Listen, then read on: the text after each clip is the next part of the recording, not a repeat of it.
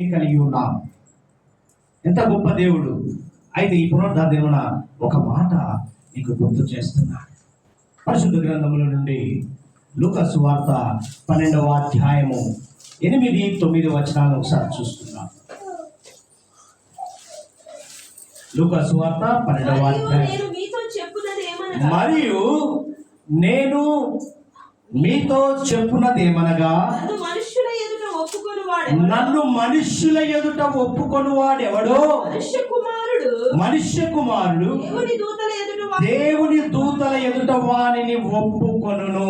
హల్లెలూయా! ఎంత చక్కని సందర్భమైన వచనము. ఇక్కడ గమనించండి ప్రియమైన దేవుని బిడ్డలారా, ఇక్కడ ఏమని మాట్లాడుతున్నాడు చెప్తున్నాడు చూడండి. మరియు నేను మీతో చెప్పున్నదేమనగా, ఎవరితో చెప్తున్నాడండి? మనతోనే మాట్లాడుతున్నాడు ఈ ఉదయకాలమున. నేను మీతో చెప్పున్నదేమనగా, నన్ను మనుష్యుల ఎదుట, ఎవరి ఎదుట? మనుష్యుల ఎదుట ఏమంటున్నాడు? ఒప్పుకొనువాడెవడు. అంటే ఇక్కడ మనుష్యుల ఎదుట మనం ఒప్పుకోవట్లేదని దేవుడు ఆలోచన చేసి మాట్లాడుతున్నాడు.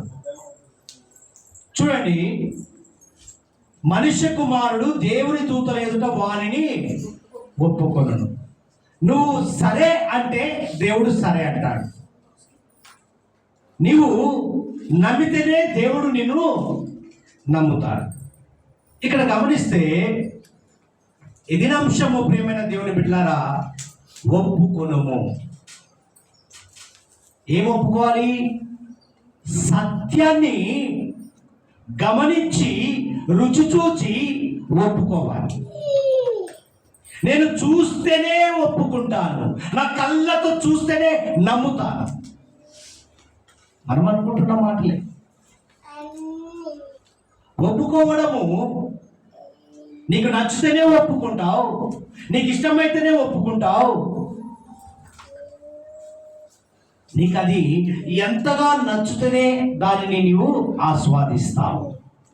ఇక్కడ గమనిస్తే ఈ దినాంశంలో లూకా సువార్త 12వ అధ్యాయం 8-9 వచనాలు గమనించినట్లయితే, మనుషుల ఎదుట నన్ను ఎరుగని వానిని, బాగా గమనించండి, మనుషుల ఎదుట ఎవరైతే నన్ను ఒప్పుకొనరో ఏమంటున్నాడు? నేను ఎరుగనని దేవుని దూతల ఎదుట చెప్పుదును. నువ్వు నన్ను ఒప్పుకుంటే, నీవు నా సత్యము తెలుసుకుంటే, నేను చేసే కార్యాలు నీకు ఇష్టమైతే, నేను చేసే అద్భుతాలు సూచక్రియలు నీవు నమ్మితే, విశ్వాసముతో నమ్మితే, నీ దగ్గరికి నేను వస్తాను. నీవు నాతో ఉంటావు. నువ్వు నమ్మకపోతే నువ్వెవరో నేనెవరో. ఒప్పుకుంటావా? నువ్వు మంచి అనిపించుకున్నప్పుడే నిన్ను ప్రేమిస్తారు, నీ గురించి సాక్ష్యం చెప్తారు. నీకు కొంచెము తేడా అయినట్లయితే నీ గురించి చెడే, మంచి చేసినా చెడే నోటి నుండి వస్తుంది. ఇక్కడ కూడా దేవుడు మాట్లాడుచున్న మాట గమనించండి. నీవు నన్ను ఎరిగి ఉంటే, మనుషుల ఎదుట ఒప్పుకుంటే, నేను కూడా నా తండ్రి ఎదుట ఒప్పుకుంటా. హల్లెలూయా! అందుకే మొదటి రాజుల గ్రంథంలో రాయబడిన మాటను ఒకసారి చూద్దాం. మొదటి రాజులు 8వ అధ్యాయము. ఇంత చక్కని సందర్భమైన వచనాన్ని దేవుడు ఈ దినము బయలుపరచాడు. 33వ వచనాన్ని ఒకసారి చూస్తే, ఇక్కడ గమనిస్తే సొలొమోను గారు ఇశ్రాయేలు ప్రజల గురించి యేసుక్రీస్తు ప్రభువారికి మొరపెడుతున్న విధానంలో ఒక ప్రత్యేకత కనపడుతుంది. మరియు ఇశ్రాయేలుకు నీ జనులు నీకు విరోధముగా పాపము చేయుట చేత తన శత్రువుల ఎదుట మొత్తబడినప్పుడు, చూడండి, శత్రువుల చేతిలో నలిగి పోయినప్పుడు వారు నీ తట్టి తిరిగి నీ నామమును ఒప్పుకొని ఈ మందిరమందు నిన్ను గూర్చి ప్రార్థన విన్నపములు చేయునప్పుడెల్లా. హల్లెలూయా! ఇక్కడ ఒక వచనం, ఒక సందర్భమైనటువంటి మాట బయలుపరిచాడు. ఏమని? నీ నామమును ఒప్పుకొని యేసయ్య నామములో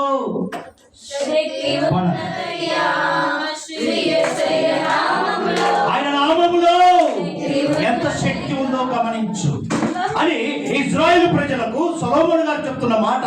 వారు నీ నామమును ఒప్పుకున్నప్పుడే, నీ నామంలో ఎంత గొప్పతనం ఉంది, నీ నామంలో ఎంత గొప్ప బహు ఆశ్చర్యకరమైనటువంటి కార్యాలు కనపడుతున్నాయో, అద్భుతాలు కనపడుతున్నాయో, అప్పుడే కండిషన్. మొదటిగా ఒప్పుకొనడంలో ఏం ఒప్పుకోమంటున్నాడు? దేవుని నామమును ఒప్పుకుంటేనే తప్ప. ఆయన నామం ఏంటిదో, ఆయన నామం ఉన్న గొప్పతనం ఏంటిదో, ఆయన నామంలో ఉన్నటువంటి పరిశుద్ధత ఏంటిదో గమనించినప్పుడే నీవు శత్రువులో నుండి మిత్రులుగా వెళుదువుగాక. ఇక్కడ గమనిస్తే చూడండి, తమ శత్రువుల ఎదుట మొత్తబడినప్పుడు వారు నీ తట్టు తిరిగి నీ నామము ఒప్పుకొని ఈ మందిరమందు నిన్ను కూర్చిన ప్రార్థన విన్నపములు చేయనప్పుడెల్లా ఆయన నామాన్ని ఒప్పుకొని విన్నపము తెలియపరచడమే. అంటే ఆయన నామంలో ఇంత శక్తి ఉంది.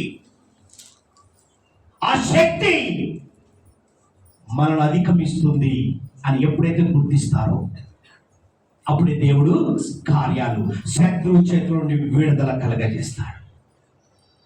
ఒప్పుకొనడము అనగా దేవుని నామములో ఉన్న గొప్పతనము, శక్తిని ఒప్పుకోవాలి. మొదటిగా గుర్తు చేస్తున్నాడు. వారు మారు మనస్సు పొంది పశ్చాత్తాపడి, ఇశ్రాయేలు ప్రజలు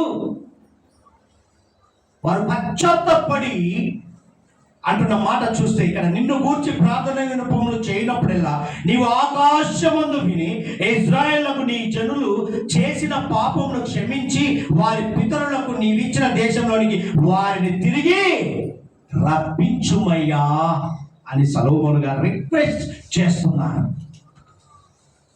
మనం ఎప్పుడైతే ఒప్పుకుంటామో అప్పుడు దేవుని దృష్టిలో పడతాము, ఆయన కను దృష్టిలో పడతాము. ఆయన నామమును ఎరగకపోతే, ఆయన నామములో ఉన్న గొప్పతనాన్ని, శక్తులను గమనించకపోతే దేవుడు నీ మీద కను దృష్టి పెట్టడు. ఖచ్చితంగా చెప్తున్నాడు. అక్కడ చూస్తూ ఉంటాడు, అలా చూస్తూ ఉంటాడు. కానీ నీవు శిథిలమైపోతే చూడడు. మరలా గమనించండి, గమనిస్తుంటాడు. ఎప్పుడు నా బిడ్డ నోరు తెరుస్తాడా, తండ్రి అని పిలుస్తాడా అని ఎదురు చూస్తాడు. అందుకే అంటున్నాడు దేవుని నామమును ఒప్పుకోవాలి.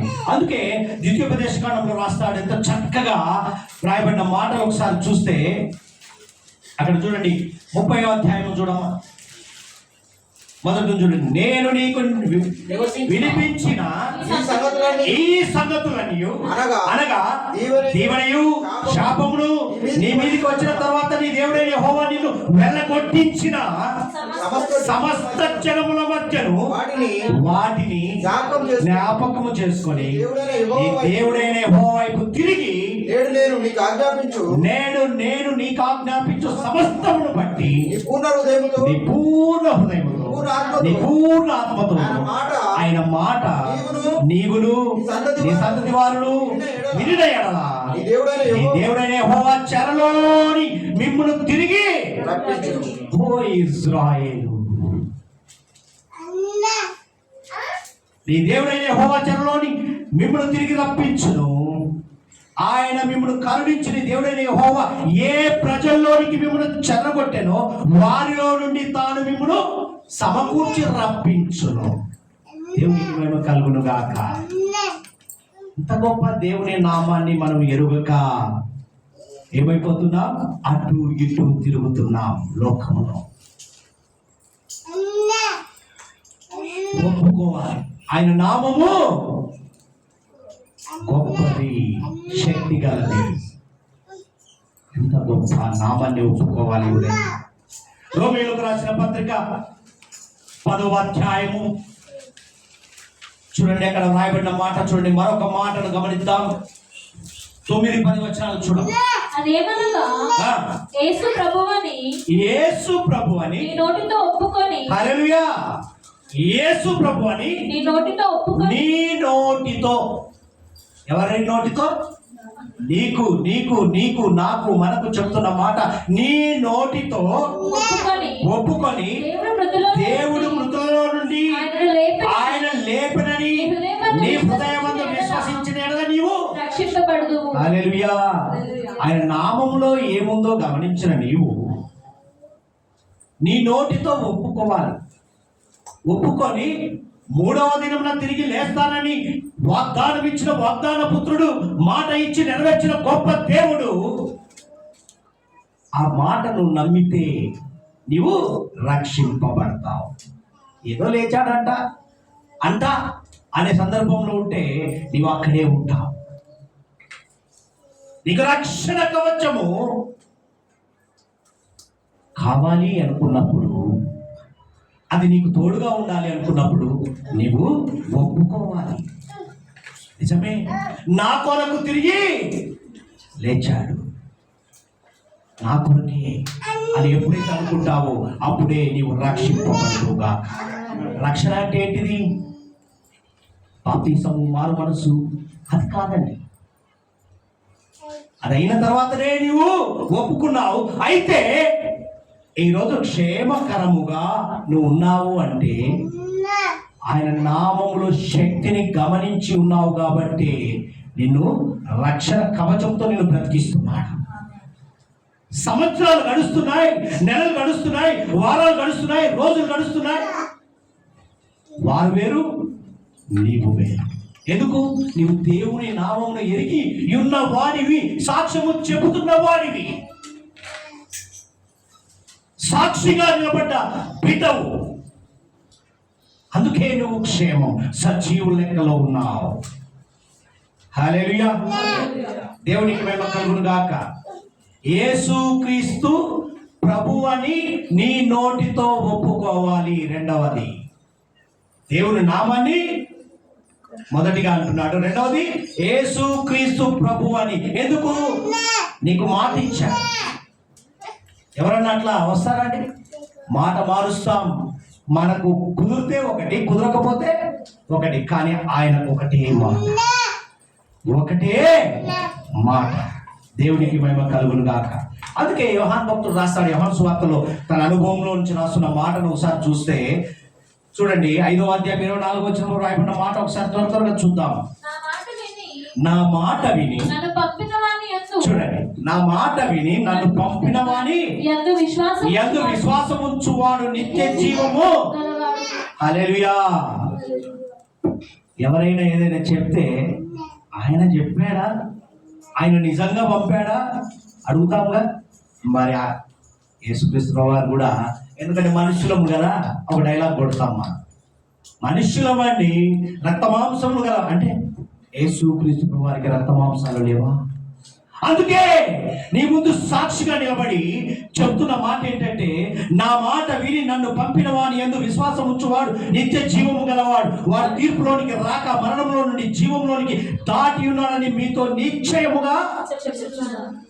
నమ్మితే, ఒప్పుకుంటే జీవం, ఒప్పుకోకపోతే మరణము. నువ్వు మరణములో ఉన్నావా, జీవంలో ఉన్నావా? మరణానికి సమీపంగా ఉన్నావా, జీవానికి సమీపంగా ఉన్నావా? తేల్చుకోమంటున్నాడు ఈ దినం. మరణమనగా లోకం, జీవమనగా పరలోకం. ఏ దారి నీది? హల్లెలూయా. నా దారి రహదారి అనే వారి గురించే మాట్లాడుతున్నాడు దేవుడి దినం. దేవునికి మహిమ కలుగును గాక. ఇక్కడ ఎంత చక్కగా అంటున్నాడు చూడండి, నా మాట విని నన్ను పంపిన వాని యందు విశ్వాసం. హల్లెలూయా. 11వ అధ్యాయం 25వ వచనం చూడండి. నేనే, చూడండి అక్కడ రాయబడిన మాట చూస్తే, పునరుత్థానమును, అందుకు యేసు పునరుత్థానమును జీవమును నేనే, నా యందు విశ్వాసం ఉంచువాడు చనిపోయినను. హల్లెలూయా. విశ్వసించాలి. 12:46లో కూడా ఒక చక్కని మాట ఉంటుంది. చూడండి అక్కడ, నా యందు విశ్వాసం ఉంచు ప్రతివాడు చీకటిలో నిలిచి ఉండకుండానట్లు నేను ఈ లోకమునకు వెలుగుగా వచ్చి ఉన్నాను. ఎవడైనా నా మాటలు విని వాటిని గైకొనకుండిన ఎడల నేను అతనికి తీర్పు తీర్చను. నేను లోకమునకు తీర్పు తీర్చకు రాలేదు కానీ లోకమును. హల్లెలూయా. అన్ని విధాలా ఎక్కడ చూసినా 5వ అధ్యాయం మొదటి యోహాను 5వ అధ్యాయం మొదటి వచనంలో కూడా మాట్లాడుతున్న మాటలు అన్ని గమనిస్తే యేసు క్రీస్తు ప్రభు అని నీ నోటితో ఎందుకు సాక్ష్యాలు బయలుపరుస్తున్నాడు. మరి నీలో సాక్ష్యం ఉందా? ఆయనలో సాక్ష్యం ఉంది, నీలో సాక్ష్యము వచ్చి వినేటట్టుగా ఆయన నీతో ఉండి నడిపించుగాక. సాక్ష్యం వచ్చింది కదా, సాక్ష్యం రాలేదా? 24వ సంవత్సరంలో అడుగు పెట్టామంటే ఎంత ధన్యులం కదా. 24 అయిపోయి 25లో అడుగు పెట్టబోతున్నాం. మరి సాక్ష్యమే కదా. అందుకే యేసు క్రీస్తు ప్రభు అని మన నోటితో, ఎందుకు? ఆయన నామములో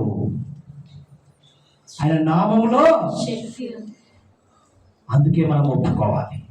దేవునికి మహిమ కలుగును గాక.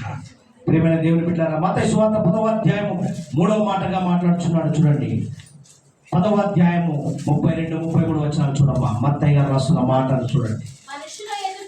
మనుష్యుల ఎదుట హల్లెలూయా. ఎందుకు ఈ పదే గుర్తు చేస్తున్నాడు? భయపడుతున్న మనకు, క్రైస్తవత్వానికి, విశ్వాసికి ఈ 24వ సంవత్సరం అయిపోబోతుంది. ఇక 25లో అడుగు పెడుతున్నాం. ఏంటి అనుకున్న నీవు, లేదా 25 నేను చూడగలనా అనుకున్న నీవు,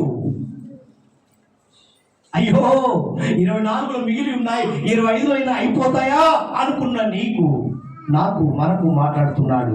ఏమని మాట్లాడుతున్నాడు? చదవమ్మా. మనుష్యుల ఎదుట నన్ను ఒప్పుకొని వాడేవాడు పరలోకమందున్న నా తండ్రి ఎదుట నేను వానిని ఒప్పుకొందును. మనుషుల ఎదుట ఎవడు నన్ను ఎరుగనను వాని పరలోకమందు, ఇక్కడే కాదండి అక్కడ కూడా బహిష్కరణే. చూసారా ఎంత గొప్ప దేవుడు. 3వది ఏమంటున్నాడు? మనుషుల ఎదుట యేసుక్రీస్తు ప్రభువును ఒప్పుకోవాలి. లోకం ఎదుట నేను దేవుని బిడ్డను, క్రీస్తు బిడ్డను, విశ్వాసిని. భయపడుతున్నాను, అందుకే మాట్లాడుతున్నాడు. అందుకే పౌలు భక్తుడు ఫిలిప్పీ సంఘంతో మాట్లాడతాడు. 2వ అధ్యాయము 9-10 వచనాలు చూడమ్మా. ఫిలిప్పీ సంఘంతో మాట్లాడతాడు. ఫిలిప్పీలో ఉన్న సంఘ విశ్వాసులతో పౌలు భక్తుడు మాట్లాడిన విధానాన్ని ఒకసారి చూడు త్వరగా. ఫిలిప్పీలకు రాసిన పత్రిక 2వ అధ్యాయము 9-10 వచనాలు. అందుచేతను పరలోకమందున్న వారిలో గాని, చూడండి ఏమంటున్నాడు? పరలోకమందున్న వారిలో గాని, భూమి మీద ఉన్న వారిలో గాని, భూమి మీద ఉన్న వారిలో గాని, భూమి క్రింద ఉన్న వారిలో గాని, ప్రతి వారి మోకాలును యేసు నామమున వంగునట్లు, ప్రతి వాని నాలుకయు తండ్రి అయిన దేవుని మహిమార్థమై యేసుక్రీస్తు ప్రభు అని ఒప్పుకొనున్నట్లు దేవుడు ఆయనను అధికంగా హెచ్చించి ప్రతి నామమునకు పైనామమును ఆయనకు అనుగ్రహించెను. హల్లెలూయా. కాబట్టి ఖచ్చితంగా మనము ఒప్పుకోవాల్సిందే. పైనుండైనా కింద నుండైనా ఎక్కడున్నా ఆయన నామాన్ని నువ్వు ఒప్పుకోవాలి. ఎందుకు? ఆయన నామంలో అంత శక్తి ఉంది. నిన్నుగా చూడాలనుకుంటున్నాడు. నిన్ను, లోకంతో కలిసిపోయిన నిన్ను అలాగా చూడకూడదు అనుకుంటున్నాడు. దేవునికి మహిమ కలుగును గాక. 4వది చూద్దాం. 1 యోహాను గారు రాస్తున్న మాటను చూద్దాం. 1 యోహాను రాసిన పత్రిక చూడండి. అక్కడ సువార్తలో బయలుపరచబడిన మాటను ఒకసారి చూస్తే 4వ అధ్యాయము 2వ వచనాన్ని 9-10 వచనాలు చూడమ్మా. మొదటి యోహాను మనము ఆయన ద్వారా జీవించు మొదటి అధ్యాయము 9 మన పాపములను మనము మన పాపములను మనము ఒప్పుకొనిన ఎడల ఆయన నమ్మదగిన వాడును ఆయన నమ్మదగిన వాడును నీతిమంతుడును గనుక ఆయన మన పాపమును క్షమించి సమస్త దుర్నీతి నుండి మనల్ని పవిత్రులుగా ఏం చేయాలంట? అన్నిట్లో ఒప్పుకోవాలి. మరలా ఏమంటున్నాడు? 4వ దగ్గరికి వచ్చేసరికి మన పాపములను మనము అందుకే 10వ వచనం అంటాడు, మనము పాపము చేయలేదని చెప్పుకొనిన ఎడల ఆయనను అబద్ధికునిగా చేయవారగుదుము, మరియు ఆయన వాక్యము ఆయన మనలో ఉన్నాడు. మన నోటితో ఆయన ప్రభువుని ఒప్పుకోవాలి, మన పాపములు కూడా ఒప్పుకున్నప్పుడే ఆయన నీతో ఉంటాడు. హల్లెలూయా. సిలువలో కొట్టివేయబడ్డాయి ఓకే, కానీ నీ నోటితో ఒప్పుకోవాలి. నీ హృదయంలో ఉన్న భారాన్ని ఆయన ముందు పెట్టాలి. హల్లెలూయా. మన పాపములను మనము ఒప్పుకోవాలి. ఇంకొక మాట అంటాడు, 1 యోహాను 4వ అధ్యాయం 2వ వచనంలో రాస్తాడు చూడండి. అక్కడ యేసుక్రీస్తు శరీరధారి అయి వచ్చనని ఏ ఆత్మ ఒప్పుకొనునో అది దేవుని సంబంధమైనది. చూడండి, శరీరధారి అయి, దేవునికి మేము కలుగును గాక. అంటే శరీరధారి అంటే ఏంటి? మనుష్యుని రూపము దాల్చినటువంటి గొప్ప దేవుడు, మనుష్య కుమారుడిగా జన్మించాడు కదా, అది ఒప్పుకోవాలి. ఒప్పుకోవాలంటే ఏంటి?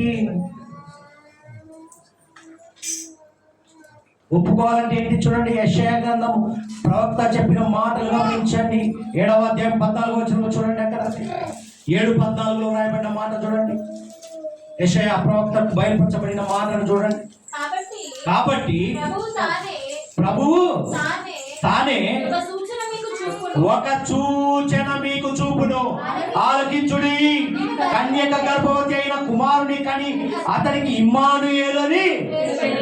మరి మనుష్యుని రూపంలో దాల్చిన వ్యక్తికి మనం ఏం చేస్తాం? పేరు పెడతామా? మరి ఏమంటున్నాడు? యేసుక్రీస్తు శరీరధారి అయి వచ్చినని, నీ కొరకు నా కొరకు ఈ లోకానికి వచ్చినని నమ్మాలి, ఒప్పుకోవాలి. నమ్మడం ఒక ఎత్తు, ఒప్పుకొనడము ఒక ఎత్తు. దేవునికి మేము కలుగును గాక. అలా చాలా ఉన్నాయి. మనము ఈ పుట్టుక దినంలో మాట్లాడిన మాటలన్నీ లూకా సువార్తలో, మత్తయి సువార్తలో ఇవన్నీ సత్యాన్ని బయలుపరిచాయట. ఆయన పుట్టుక శరీరధారి అయి నీ కొరకు నా కొరకు ఈ భూమిలోకానికి వచ్చాడు. చివరిగా చూద్దాం, 1 యోహాను 4వ అధ్యాయం 15వ వచనం చూడండి. అక్కడ ఒప్పుకోవడానికి ఎన్ని రకాలు.